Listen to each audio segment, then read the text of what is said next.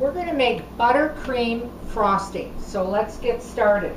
I put 2 sticks of unsalted butter in room temperature in a large bowl that I put already in, and you're going to need 2 cups of vegetable shortening. You're also going to put a half a teaspoon of table salt in. I'm going to use my hand mixer, but I generally use my large mixer for this because it's a lot faster and it can handle the textures better. But I'm going to use my hand mixer for the video. And just start blending your vegetable shortening and your butter together. And this should take you about 5 minutes. I'm not going to do it as long because of the video, but you do want to mix it on high speed for 5 minutes. I'm just going to make sure that it's mixed well enough so that I can go on. But otherwise, please remember to do this for about 5 minutes. And what you've done is you've basically just start to cream your mixtures together in your bowl with your salt. And it looks like this. So already you can see in just a few minutes that I've done that how very fluffy and very light it is. Now the rest of the ingredients are, you're going to need 1 teaspoon of butter flavoring, and the best one that I have found is made by Wilton. You're also going to need a half a teaspoon of almond extract, so I'm going to put that also in. And then go ahead and use 1 teaspoon of vanilla. Now the clear vanilla is really the best to use, but I'm out of it, so I'm going to use the regular vanilla, but the clear, actually it keeps that frosting looking white the way that you want it to be. And now I'm just going to start combining that together on high speed.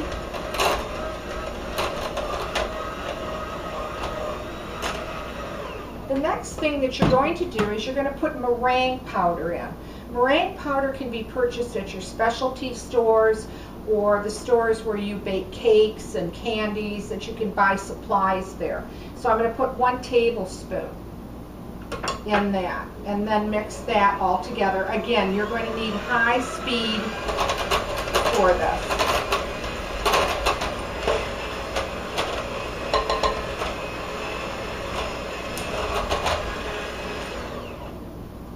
Next, you need 2 pounds or 7 cups of powdered sugar. And you need to start putting it in about a half a cup at a time so that it's manageable for you to mix it.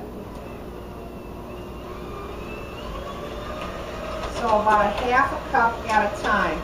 This you want to put it on about medium speed so that you don't shower yourself with the powdered sugar. And be patient with it. This is going to take you a little bit of time to put 2 pounds of powdered sugar and blend it together.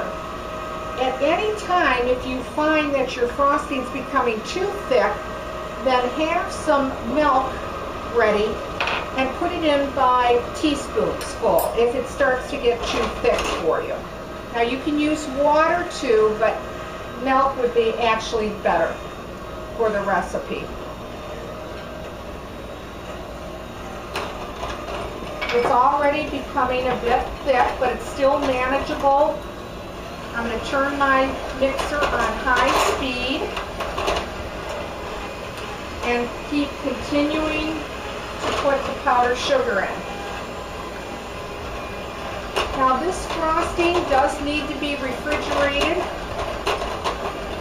You can actually keep it in the refrigerator for about a week. I'm going to put a little bit more in than a half a cup to move this along. I still don't have a need for milk yet. I try to stay away from using it because I don't want the frosting to become too thin. Also, if your frosting seems to be a little too thin, but your room it has a lot of humidity in it, you might want to use 2 tablespoons of the meringue powder. I'm only using 1 because I have the air conditioner on, so I really don't have a lot of humidity in the kitchen. But if you do have a lot of humidity when you're making this recipe, use 2 tablespoons of meringue powder. I almost have it all mixed.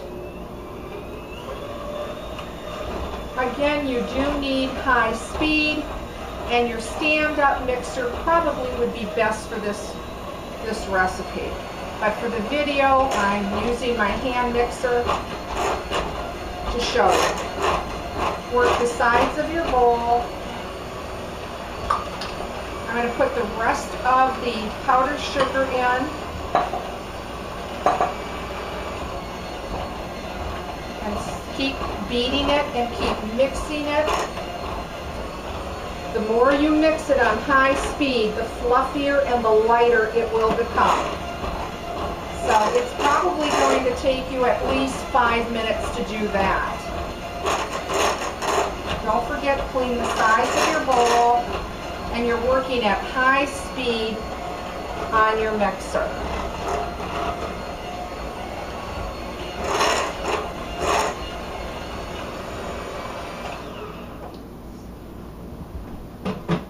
So I'm just going to combine the sides to give you an idea of what it looks like.